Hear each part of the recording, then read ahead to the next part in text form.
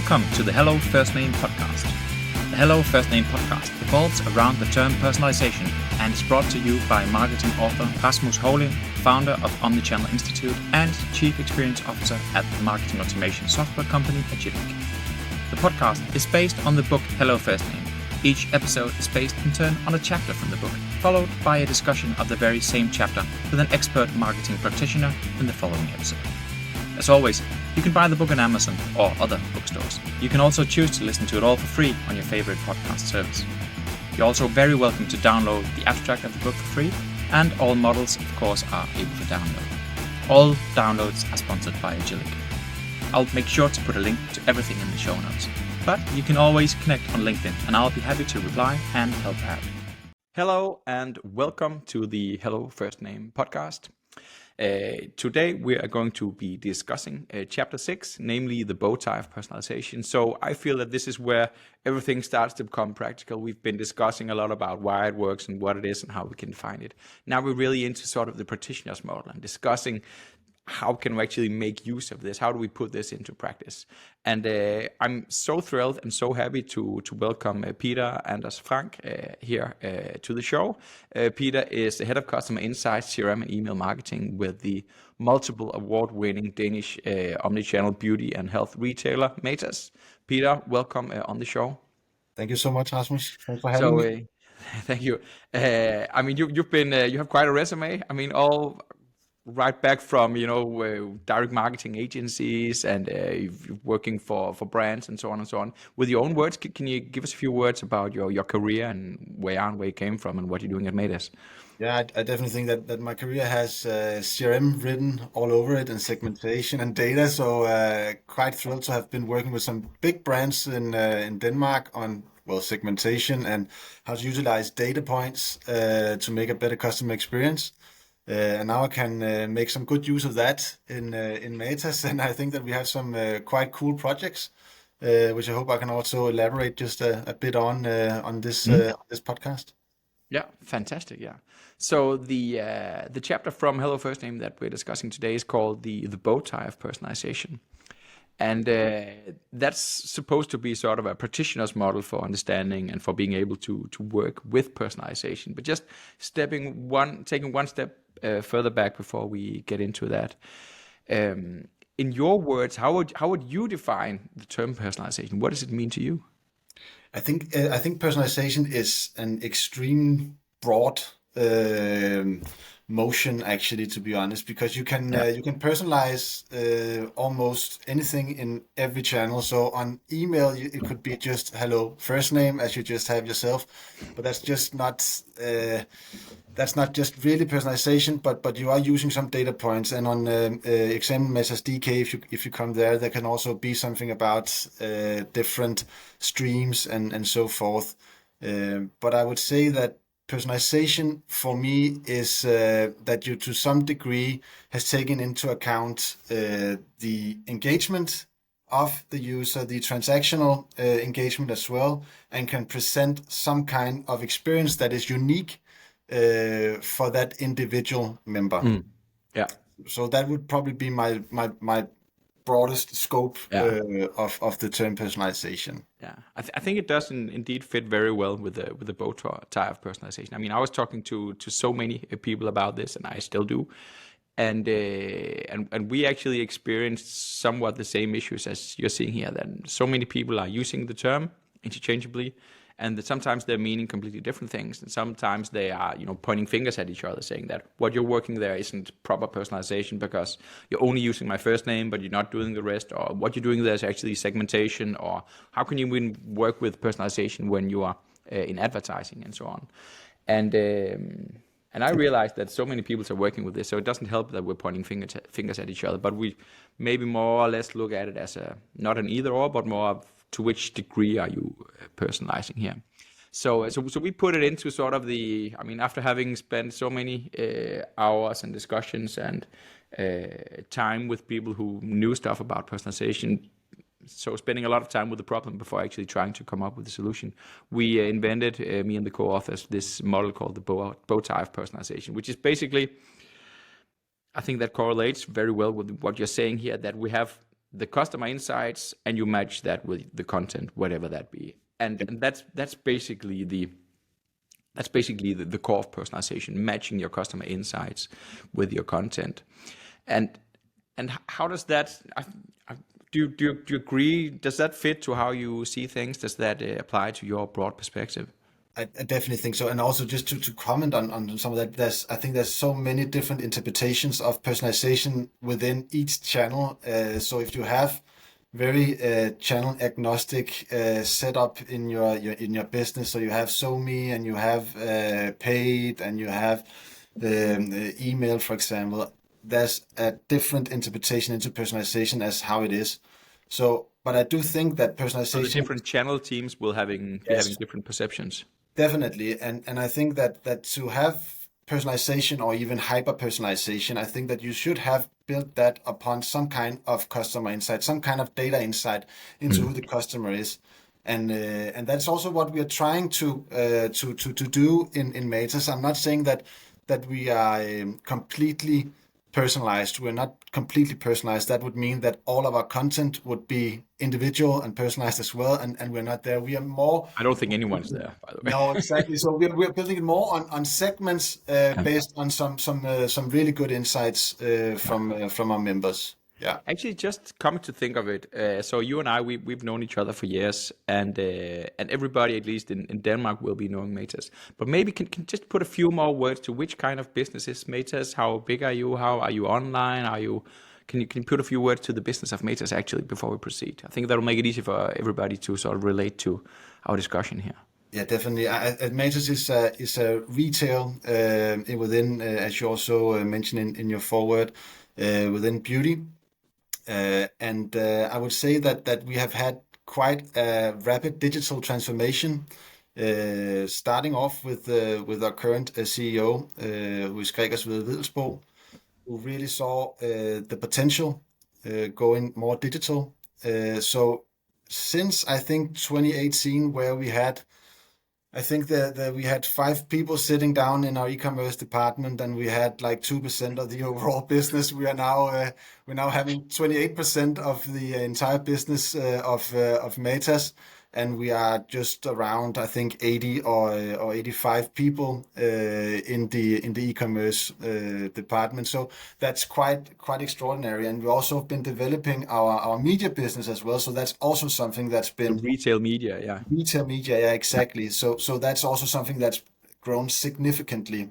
Yeah. And if we see the amount of just emails and our inventory, it's expanded enormously. So I think we sent out last year, I think it was around 330 million emails, and I assume that this year will be just close to 375 million emails, and that requires quite a lot from the business and from the suppressions and Yeah, and from the recipients, I would say, even. Yeah. yeah, right. We need to be relevant, and we need to Yeah. create some kind of personalized experience and Yeah.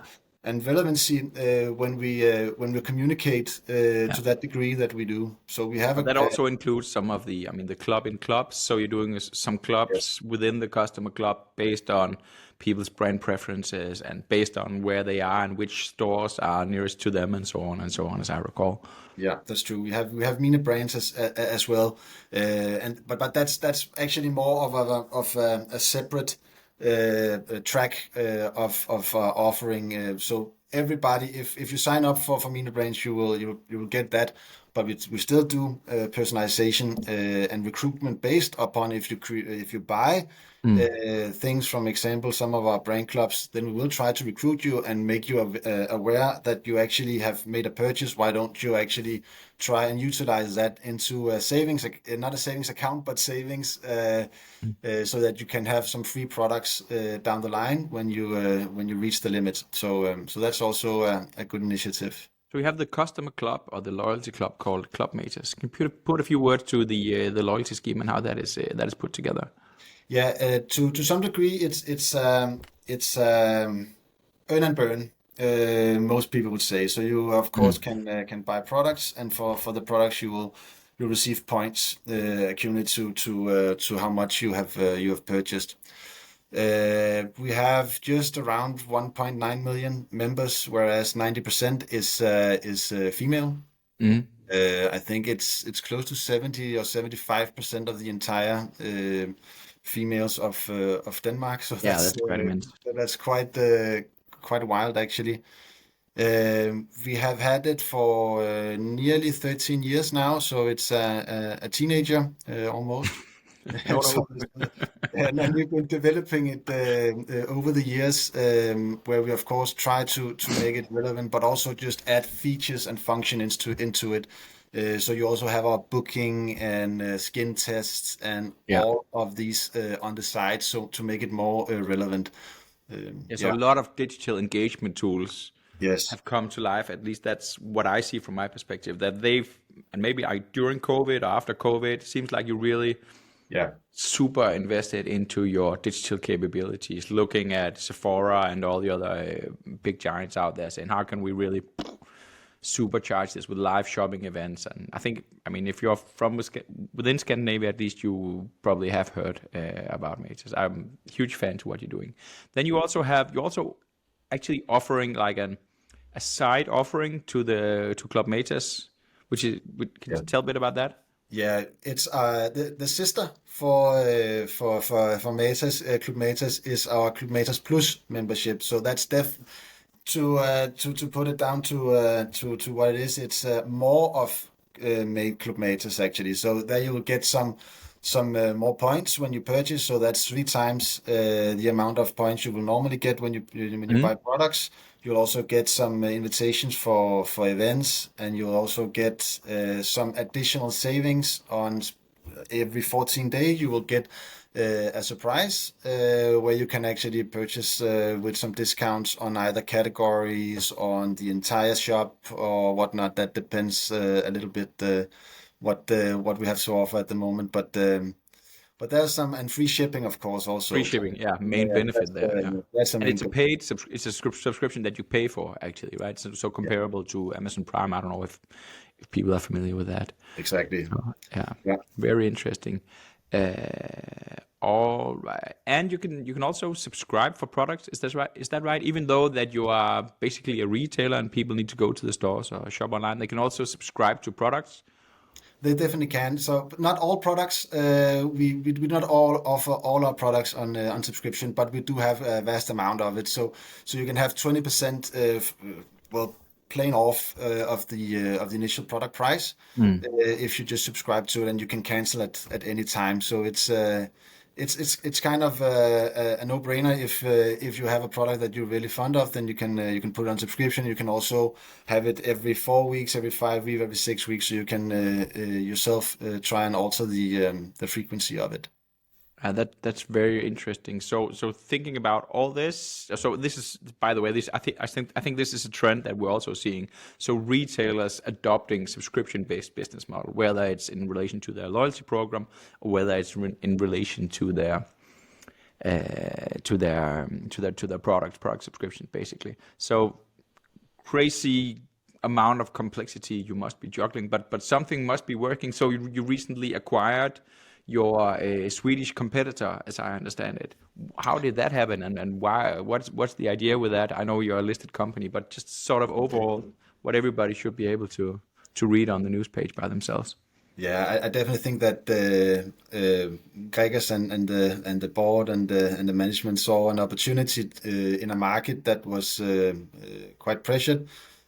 Saw an opportunity to acquire Kicks, which is a market leader in Sweden, Norway, and I think it's third in Finland. To make this big Nordic beauty conglomerate, Yeah. basically. So I think it's a huge potential for Matas and for Kicks to be sharing knowledge and just well, not attacking, but making everything better for the customers in all of the Nordics.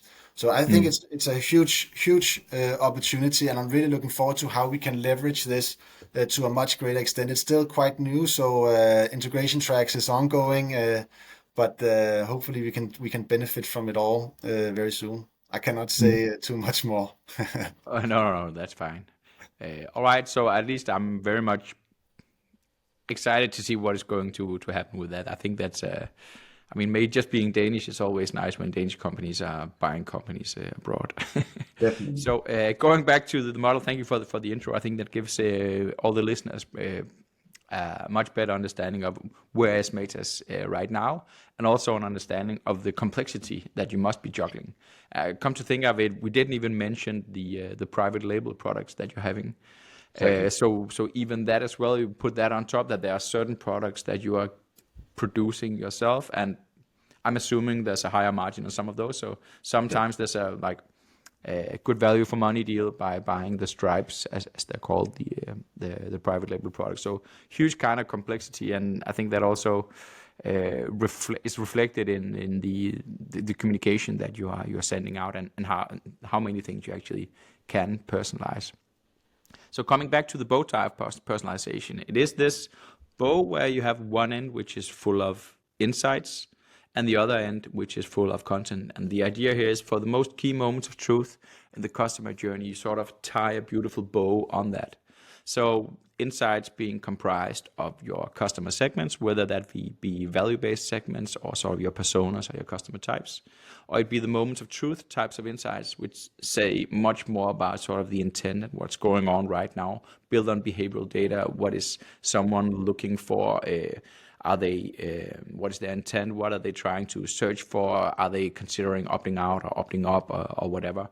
Combining that with the creative messaging, where we put our effort in, the text we write, the images that we produce, even the small TikTok videos, all the creative messages, in combination with obviously the content feeds, and in your case that would be the products, obviously, but also all the how-to articles and the videos and the user-generated content that pops up in all places, and on your reviews and so on and so on.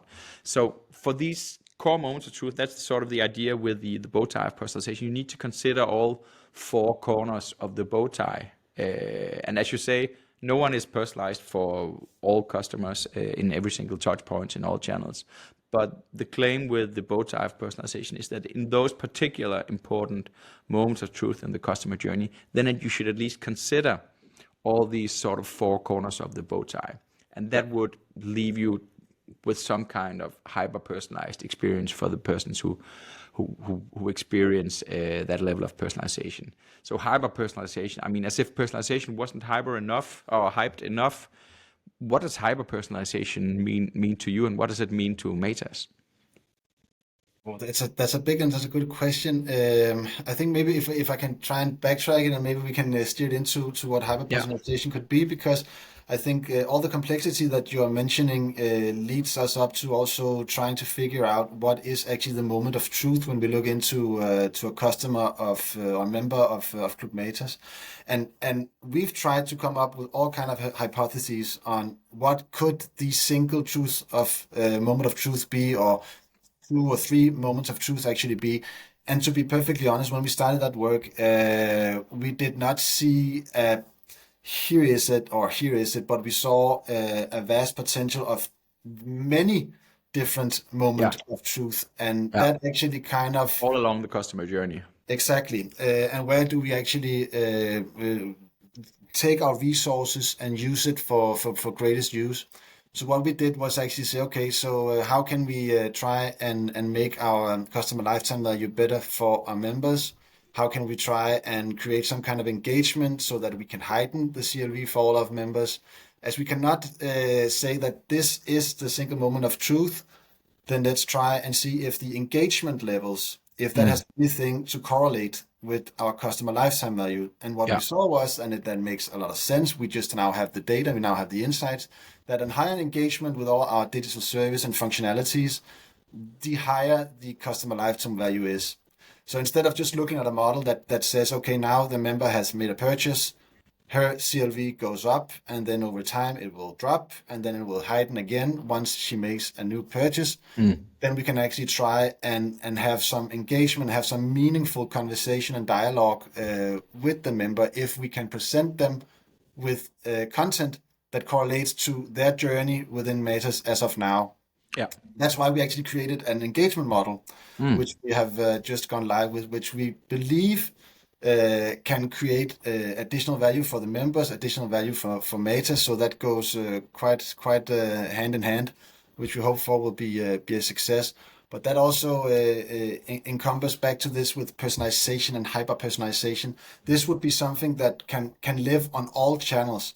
Meaning that if Rasmus is a new member to Club Matas, Maybe I am. maybe you are. I hope not. But if you were, we would probably not provide you with Club Matas Plus, which we discussed, which is somewhat down the funnel. We would love to have you as from the get-go, but there's probably some way until you get there. So if we can present you with some onboarding, and we can present you with that we have an app, and we can try and do that in our campaign emails. If you can try and do that as a standalone CRM campaign, if you can show it to you in the store when you visit, and we can make our staff aware that, well, Rasmus is a new member, we should try steadily just onboard him, download the app, Rasmus, so that it can be easier for you to make your purchases and get your information from Matas, and then just build upon that. If we can make that happen, then we will create a really good member and business case for Matas, and a good experience for you as well. So that's if so the way that I often describe this is, let's say that if this is the customer journey, and this is where the customer doesn't know you, and this is where they don't want to know you anymore. Along that, there are certain moments of truth that are very important for the customer, and there are some that are very important to you. Yes. And obviously the CLV sounds like, whatever boosts the CLV is important to you. But in order to make that happen, you're actually chasing all the moments of truth in the customer journey that doesn't necessarily implicate a conversion or transaction, but is something that you'd like them to do. All the engagement points is where you believe you can offer value, and that would then reward you in turn with actually a higher CLV. Yeah, definitely. Because of course, we have very transactional flows going on, but we also see it makes sense that we see that it's not all about transactionals. It's also about relevancy. It's also about emotions, and try to just take a step back. And that's why we actually we don't try to stuff down products or new categories or anything like that. We actually try to just take one step back. That's the same thing we do when we have after sales programs. If you purchase in the store, if you purchase online, you will be prompted with after sales. But that will actually mean that we have a period of 8 days where we, unless that's a really big campaign, that we stop. Always exceptions. Yeah. That's always exceptions. Yeah. So we actually stop sending you campaign emails for a period of 8 days, because we know that in that period of time, you are not prone to actually go in and purchase anything new. There'll be, I think we have 11 days before you make a new purchase. So we haven't. And after any kind of purchase, then I'm actually paused for 11 days in the campaigns. 8 days, yeah. 8 days, then you actually paused, yes. And then we have the opportunity to try and provide you with information that's not transactional, not hardcore conversion like. So we try to actually set in some good advices or give you some inspiration to other things you can look at. Yeah. So that's the first time I, as a man, buy makeup, then. Yeah, okay. We may not have content for that just of yet. That may come at some point, but we do try and actually say so. So if Rasmus he purchase something skincare, then we can go in and say, okay, congratulations on your product purchase. Do you know how to use your skincare products? And if not, try and see this video from our staff senior. Yeah. Visit the website, and then you go into the website and you can find additional information on this landing page. So that's also a way to do this. But we do all this, of course, when we see what you buy and how you engage. We create a score for you. That's the engagement score, and that's why we can always try and provide some additional relevancy to your customer journey, either in an app push message, if it's in the app, if it's on Matas DK, or if it's in the store. We know what we can communicate to you to try and provide you with that next threshold. So you can see it like my previous employer. We had a staircase which we worked for, and it's actually a quite good metaphor if you from that, yeah, we try to just take one step further up of this staircase until you reach certain levels. And that's why what I also said, that we are not interested in providing you with some of the Clubmaters Plus or our booking from the get-go. We try and steadily build up the engagement, build up interests and the relevancy for maters and Clubmaters. And then once you have that score and that threshold, then we provide you with, now you have to see what this is. And then we, of course, communicate all the USPs that we have at our disposal, but in different ways. So that's a content drill. But that is trying to say, so Clubmaters can be communicated in various ways. So maybe you're not interested right now because we are now trying to focus on the free shipping. Then we may need to say, okay, you can get special offers, three times the normal amount of points, so that we can at some point hopefully find a way that where you think, okay, that's actually a good offering. Let's try that out for free. Yeah. And then you actually, so it sounds as if you're using, so going back to the bow tie of personalization, you are looking for the moments of truth in the customer journey. And as you say, there are many. Yeah. So basically every single threshold that, every single step that you take up further to becoming the perfect Maters Plus member seems to be one of those moments of truth. So when you find out that you can actually help me more by teaching me how to apply my skincare, and that will basically boost the engagement more than just sending me more offers. So shifting actually from delivering value in terms of economical value towards delivering value in terms of a functional message of how do I apply things, or just making me just feel good about myself, or maybe even just providing an experience by inviting me to come and have a makeover or try stuff app in the app, so I can try off eyeshadow in the app, stuff like that. That sounds like you are, and basically the offerings that you have different kinds of versions of that for the different segments. Is there like one key message? Do you have a key message for like moving up a threshold in different variants for different segments? Is there any example of that? Or yeah, and that's a good point. I think then you're talking into the hyper personalization to a big degree, because as of now, no, we don't have for various segments. So we more or less say, okay, when you reach a certain level, you should now get Clubmaters Plus, and then we have 3 communications around that, which we call experiences. yeah, That could also be, if it's within the skin test, then we will also have some multiple experiences around that. Next level would, of course, be to try and create segments, whether that is within age, so we can communicate to different age groups, whether it's because we have different marketing segments, or if it's family patterns. value percentiles, all that kind. That would be in the next level. Yeah. And of course, again, we are not, as of now, we're not present on all of our channels, but that again would be the ambition. That is the ambition, so that we can create this experience, be recognized on all our channels by this engagement model. That would also be part, to my understanding, of what I understand of hyper personalization. Yeah. Yeah.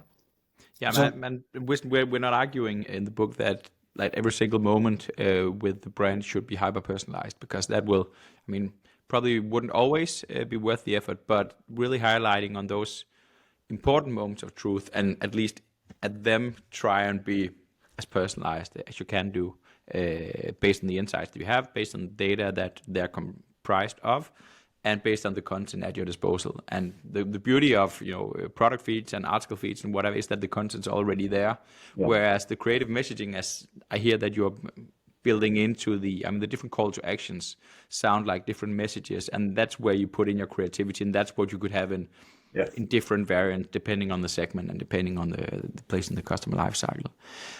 From what you're hearing, it sounds as if you are very much deploying an omnichannel perspective to personalization, that you really doing your best to sort of tie the bow tie before applying it into a specific channel. Can you tell a bit about what made you take that decision, or is that even the case? That's definitely the case, and I would also say that hyper personalization or personalization in just a general term is omnichannel, should be omnichannel.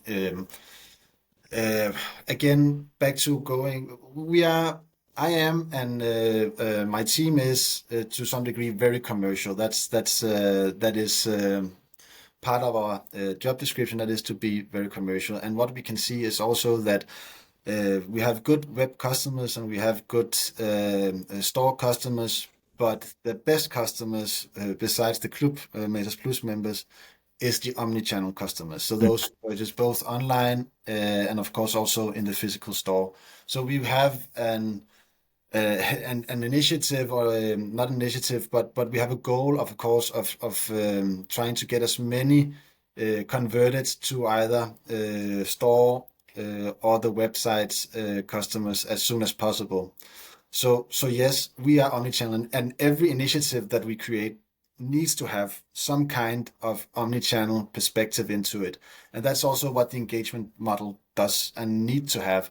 We need to make this information available for either the stores, or we need to create it via Matas DK or via Agilic, of course, as the platform where we can have it through our emails, our push messaging, or whatever we can have. Yeah. So yes, everything is omni-oriented. Yeah, I think that's very interesting. Also, especially the idea with the sales associates. And I think you are pretty famous for also training your staff to a very high skill level. Not only when it comes in terms of them knowing the products and so on, but also them knowing how to sort of use the different digital tools at their disposal and have a more holistic understanding of that it's okay to move the sale online, and you even have people in store that are serving online customers so they can actually interact in a mediated way. I think that's incredible. So it almost sounds as if the channels are a big no-no, that it's all omnichannel. But moving back to the channels here shortly before we finish off. The old saying goes that personalization is about delivering the right message to the right person at the right time in the right channel. How do you see the channel part fit in? I think that's obviously, I think that's a big part. I'm not saying that we've cracked that completely, not at all. But that is part of our total understanding of doing the engagement model. Also, why businesses should participate in or have CDPs. That is to try and recognize which channel is the most important for me. Because what we can also see from our customer insights, from our data, is of course that young people, they have unfortunately a less tendency to actually read their emails, which of course is understandable. Their time is more on the app. It's more on the website. So why should we actually bother to create an email and send it out? But instead, we could leverage this. So if we know the segment is not going to respond, or the person not going to respond on an email, then let's send that information straight down to our paid media team, down to our SoMe team, and get them to actually take an action into this. That's also part of the engagement model to some extent. That is to showcase information on the different channels. If it's not relevant on email, then let's not try and create a need for a necessity for them to actually read these emails. It will just hurt our email delivery and our overall. Well, it will just be something that the email will be, how you call it in Danish. I know it will udvande. You'll water it down, the effect of it. Exactly. So I think that's a giant. You're balancing paid versus owned channels here. Carefully deciding where to use your media spend and in front of whom. Definitely, yeah, that we do, and we also we have just launched ad form as well. So that also makes a lot of sense that we can see email not working. Let's send it down to Matas DK. Matas DK not working. Turn on the pay. Yeah, turn on the pay. Okay. Exactly. So that's also what we are engaged in. So how do you toggle between inbound and outbound channels? So prioritizing, in-app and on-site versus push notifications and emails and text messages? When do you do what?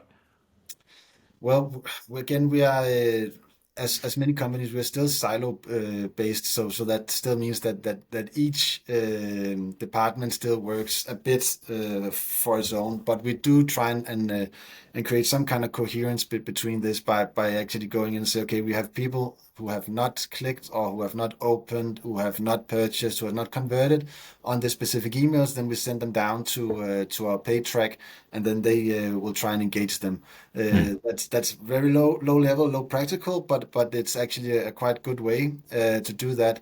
The same goes for the engagement model, which should at some point also say, okay, now this person is not engaging with us on emails, not engaging with us on MetaSDK. Well, then let's try it and send them a paid message or whatever, or only be visible on the app.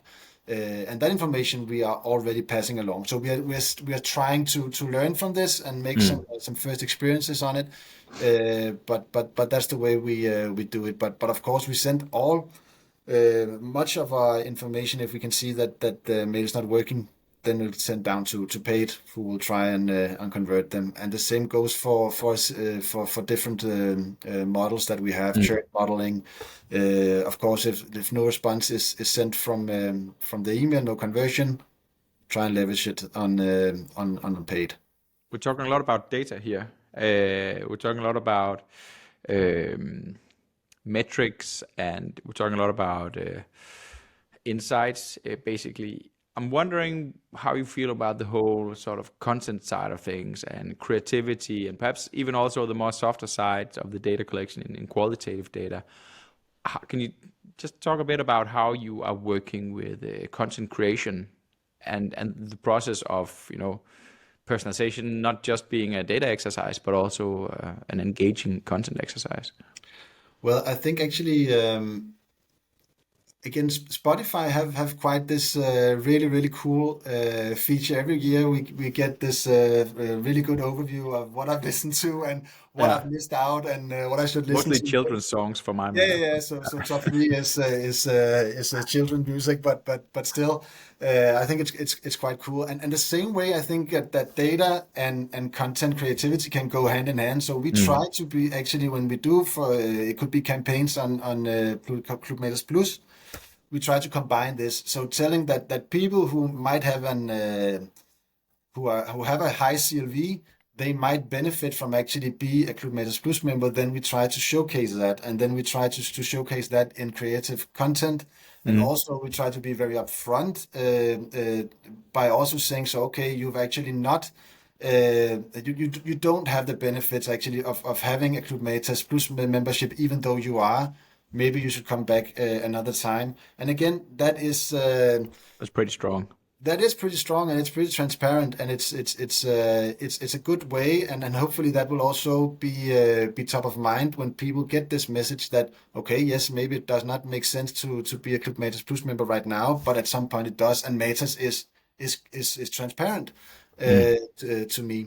So that's a way where I think you can leverage the creativity and the data, and of course also the engagement model itself is a tight collaboration between data points and data insights, and then creative content on the other side.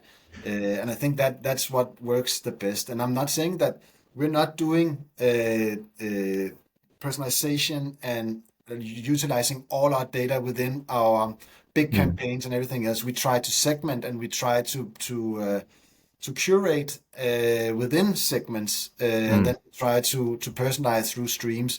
That's also, of course, data points, but still, we're not doing it all the time. But we're trying to put all this relevancy and customer insights on the side, and then provide you with some sort of relevancy, either in the campaign or next to it by some other offerings. Interesting. So you have a big team, at least also when you count not only your team, but also in whole Matas digital, and now also with the Kicks group coming on board also from Sweden. Yeah. So I mean, this may be a loaded question, but are you experiencing? I mean, you're starting to talk to new people about this. You're constantly getting new team members. Do you struggle with people understanding personalization or misunderstanding? And could you think a model like the bow tie could help weed out some of those misunderstandings? I definitely think that a model could try and come in and explain or be a mediator for how to see personalization. Again, there's so many different interpretation into what personalization is, and I think that a bow tie would the model that you've created would be a great addition to actually take that into meetings again with Kicks. It makes a lot of sense, and try to explain how do we perceive this, how do we go about this, and how do you go about this? Because again, they sit in different platforms than we do, so they have some other options available to them than we have. They can be better, they can be worse, it could be the same, but they will still have different interpretation into to how to do personalization and to what degree they want to do it and how they want to Yeah. leverage this complexity of data and inventory and content and all that mixed together. So yes, definitely, I think it's a good idea to have some kind of common,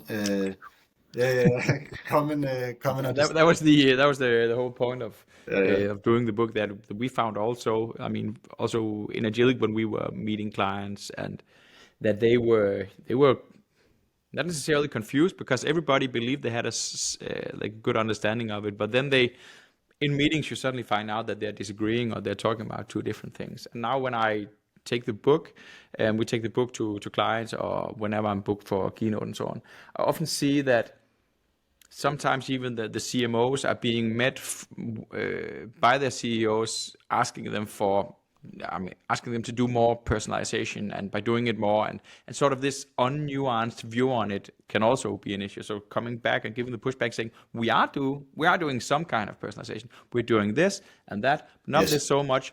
What is it that you mean? We need to have a more nuanced discussion on this. And that's where I feel and hope that a model like this could help out. So, I but think looking a bit into the future, what do you believe will happen with personalization in the future? I think that again, as personalization is a broad term and can be perceived very variously by different people. AI, of course, is quite the same story, but I do think Yeah, that in order to be more content, to create more individual based content, I do think yeah, that you'll need to have some kind of AI to go in and create that mediation for the business side and the relevancy and the content side. So I think that AI will be way more present in the future, and we are already looking into that yeah. on how to do that. So I guess so for creating the stuff that you're now manually crafting and writing and designing and so on. So Yeah, I like think give that's some. you a faster leap forward Yeah, in terms of getting that done. yeah, definitely. I think there's some steps again to go there. I think our first step is actually try and see if we can get an AI to create 80% of an email, taking down Yeah, some resource time from our content team, because then they can try and have put more time and spend more time in doing A/B split tests, being even better yeah, on our call to action and make our emails better. Going from that and going from there, we'll then get to have the AI to create segmented content mm, based on the insights, and then we go to create individual content. But I see that as yeah. that's down the line. But of course, we need to have our eye focused on what's going to be happening next, and have an ambition on where we want to be. I have this feeling that this would be a bit like the self-driving cars. So I mean, we can get to the 99% and it'll be okay, but letting it run on its own No, no. may take a long time. So until that happens, because I see when that happens and we can rely on the AI producing things that are really great, and I think that probably will come.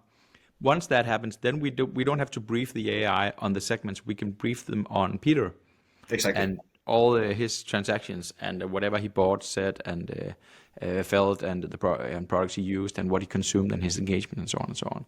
So, but again, when is that going to come? I mean, I think we'll probably have the self-driving cars before that, to be honest. But let's see. One closing remark here before we round off: your own favorite example of personalization that you've experienced as a customer. What would that be?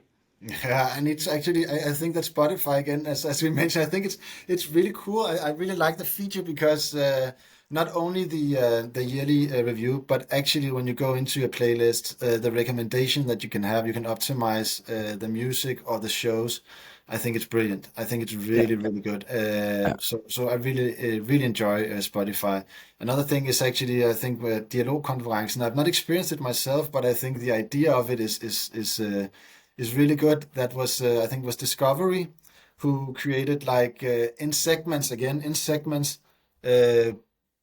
more or less created a personalized experience for their users, imitating a sports interview that was so cool to actually create. So based upon what you've seen through the year, here are 11 shows and had actually a presenter say the person's name. I think Exactly. it was so cool. I think it was the question, the challenge was that a lot of people signed up for Allsvenskan, which is like the Swedish football league. And once the season was ending, how could they then make people consume other content that was more like entertainment, but wasn't necessarily sport? And then they were pitching that to the individuals in an individualized, personalized film where they were presenting the shows that they wanted Peter to see as players in Peter's personal team for the lineup. I think I agree that was quite impressive and super funny, and talking about creativity and about content and engaging experiences that are surprising and memorable. I think actually that one really stood out as well. Yeah, it definitely did. So we'll give the kudos to HBO Discovery for putting that together.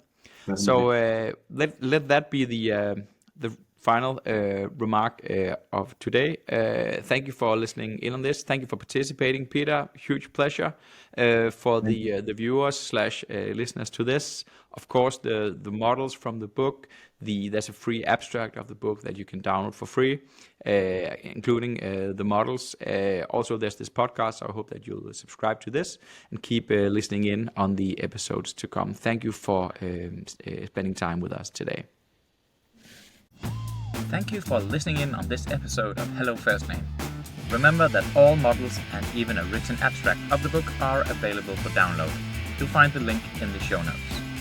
In next week's episode, we'll be discussing Chapter 7, Insights, Part 1, Segments, together with Lisa Bjørnkjær, who is the CEO of bellybalance.se and former head of customer growth and loyalty at the telco company 3 in Sweden.